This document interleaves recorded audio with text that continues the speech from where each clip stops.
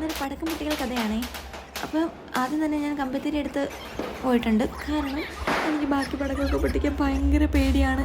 പക്ഷേ ഈ പടക്കമൊക്കെ വാങ്ങിച്ചതും എനിക്ക് വേണ്ടിയിട്ടാണ്. കാരണം കഴിഞ്ഞ വർഷം ഞങ്ങൾക്ക് ദീപാവലി ആഘോഷിക്കാൻ പറ്റിയില്ല. അനീഷേട്ടന് ആക്സിഡൻ്റ് ആയതുകൊണ്ട് ഞങ്ങൾ ഹോസ്പിറ്റലിലായിരുന്നു.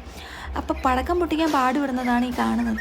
എന്നെ ഹെൽപ്പ് ചെയ്യാൻ വേണ്ടി സാഗറേട്ടനും കൂടി വന്നിട്ടുണ്ടായിരുന്നു. അപ്പോൾ സാഗറേട്ടന് മനസ്സിലായി ഇന്ന് നടക്കാൻ പോകണില്ല. അപ്പോൾ കയ്യിലെടുത്ത് പൊട്ടിച്ചു.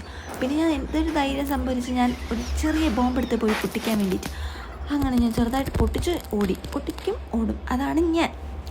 പിന്നെ എൻ്റെ വീട്ടിൽ ഒരു ധൈര്യമുള്ള ആളെന്ന് പറയുന്നത് ഈ ചേട്ടനാണ്. ചേട്ടൻ ഭയങ്കര ധൈര്യമാണ് കേട്ടോ. എങ്ങനെയുണ്ട്? ഞങ്ങൾ ഭയങ്കര കോമഡി ആയിരുന്നു പൊട്ടിക്കാൻ സമയത്ത്. കൂടുതലും കോമഡി ഞാനായിരുന്നു. പൊട്ടിക്കും, അതിൻ്റെ 1 കിലോമീറ്റർ ഞാൻ ഓടും. അങ്ങനെയായിരുന്നു ഞാൻ. പക്ഷെ അമ്മയ്ക്കാണെങ്കിൽ ആ ഒടുക്കത്തെ ധൈര്യമാണ്. അമ്മ പറയണത് അമ്മ പണ്ട് കയ്യിലൊക്കെ വെച്ച് പടക്കമൊക്കെ പൊട്ടിക്കുമായിരുന്നെന്നാണ് അമ്മ പറയണത്. ഒരു സമയത്ത് അനീഷേട്ടനെ ഒരുപാട് മിസ് ചെയ്ത് കേട്ടോ. അതിനുശേഷം നമ്മൾ റോക്കറ്റിലോട്ട് പോയി. റോക്കറ്റാണെങ്കിൽ വൻ കോമഡി ആയിരുന്നു. പൊട്ടും അപ്പുറത്തെ സൈഡിലുള്ള ഫ്ലാറ്റിലോട്ട് ഓടും. അതാണ് കോമഡി എന്ന് പറയുന്നത്. പിന്നെ ഞങ്ങൾ അടുത്ത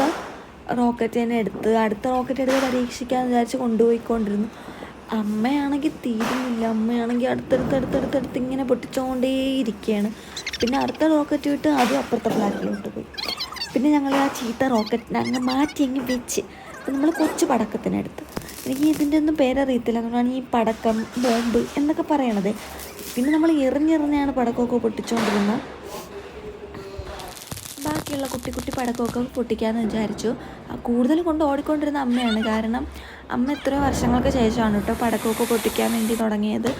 പിന്നെ ഈ ഒരു സാധനം ഉണ്ടല്ലോ, എനിക്ക് ഒരുപാട് ഇഷ്ടപ്പെട്ടു. ആദ്യം സാഗറേട്ടൻ പൊട്ടിച്ച്, പിന്നീട് ഞാൻ പൊട്ടിച്ചിട്ട് ഞാൻ ആ പരിസരത്ത് നിന്ന് ഓടി. എനിക്ക് ഒരുപാട് ഇഷ്ടപ്പെട്ടു കേട്ടോ. പിന്നീട് അത് കഴിഞ്ഞിട്ട് നമ്മൾ കമ്പിത്തിരിയിലോട്ട് പോയേ. കാരണം കമ്പിത്തിരി കത്തിച്ച് തീർക്കാൻ ഒരുപാടുണ്ടായിരുന്നു. ഒരു 100 എണ്ണമെങ്കിലും ഉണ്ടായിരുന്നു കമ്പിത്തിരി. പിന്നെ അനീഷേട്ടന് നന്നായിട്ട് എൻജോയ് ചെയ്തിട്ടുണ്ടായിരുന്നു കേട്ടോ. നമ്മൾ കത്തിക്കണയൊക്കെ നോക്കിയിട്ട്. പിന്നെ ആളും കുറച്ച് കമ്പിത്തിരിയൊക്കെ എടുത്ത് കത്തിച്ച്. പിന്നെ ഇവിടെ ഒരാളിരുന്ന് കമ്പിത്തിരി വെച്ചിട്ട് രംഗോലി ഇട്ടുകൊണ്ടിരിക്കുകയാണ്. പിന്നെ അമ്മയാണെങ്കിൽ എല്ലാവർക്കും കത്തിച്ച് സർവീസ് ചെയ്തുകൊണ്ടിരിക്കുകയാണ്. അപ്പുറത്തെ കയ്യിൽ കത്തിത്തീർന്നത് ആ പാവ അറിഞ്ഞിട്ടില്ല. പിന്നെ വേറൊരെണ്ണം കത്തിച്ചിട്ട് എൻ്റെ കയ്യിലോട്ട് തന്നു. പിന്നെ ഞാനതിട്ട് കറക്കിക്കൊണ്ട് നിന്ന്.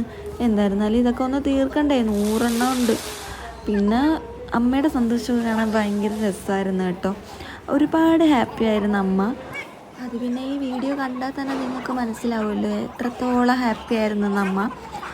പിന്നെ ഒരാൾ രംഗോലിയൊക്കെ ഇട്ടതിന് ശേഷം കത്തിച്ച്. എനിക്ക് കത്തിച്ചതിന് ശേഷം തോന്നിയത് നമ്മൾ ക്യാമ്പ് ഫയറിൻ്റെ സെൻറ്ററിൽ ഇങ്ങനെ നിൽക്കുന്നതാണ് എനിക്ക് തോന്നിയത്. പിന്നെ അപ്പുറത്തെ 2 പേരുണ്ടല്ലോ, അവർ നമ്മുടെ ഫാമിലി മെമ്പേഴ്സാണ്. പിന്നെ അവരെയും കൂടി ഒന്ന് വിളിക്കാമെന്ന് വിചാരിച്ച് അങ്ങനെ അവരൊക്കെ വന്ന് നമ്മൾ എല്ലാവരും നന്നായിട്ട് തന്നെ എൻജോയ് ചെയ്തു. പിന്നെ കത്താത്ത ഭാഗമൊക്കെ എടുത്ത ആൾ ഇരുന്നിങ്ങനെ കത്തിക്കുകയാണ്.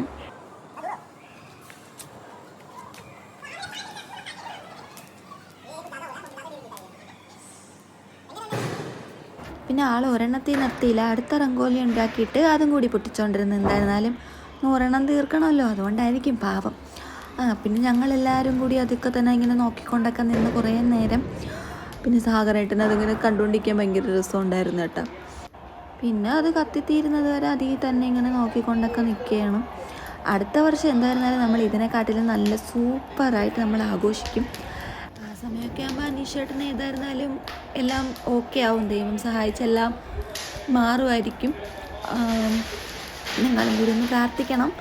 പിന്നെ നമ്മൾ കുറച്ചും നേരം കൂടി അതും കൂടിയൊക്കെ ഇങ്ങനെ നോക്കിക്കൊണ്ട് നിന്നിട്ട് നമ്മൾക്ക് പോകാനൊക്കെ ടൈമായിട്ട് എല്ലാവരും കൂടി ഒരു പ്രാവശ്യം കൂടിയൊക്കെ കത്തിച്ച് ഹാപ്പി ആയിട്ട് പിരിയാമെന്ന് വിചാരിച്ചു. അപ്പോൾ എല്ലാവരും ഹാപ്പി ആയിട്ട് സന്തോഷമായിട്ട് ഇരിക്കുന്നെന്ന് വിചാരിക്കുന്നു. ഹാപ്പി ദീപാവലി എല്ലാവർക്കും ഒരു പ്രാവശ്യം കൂടെ.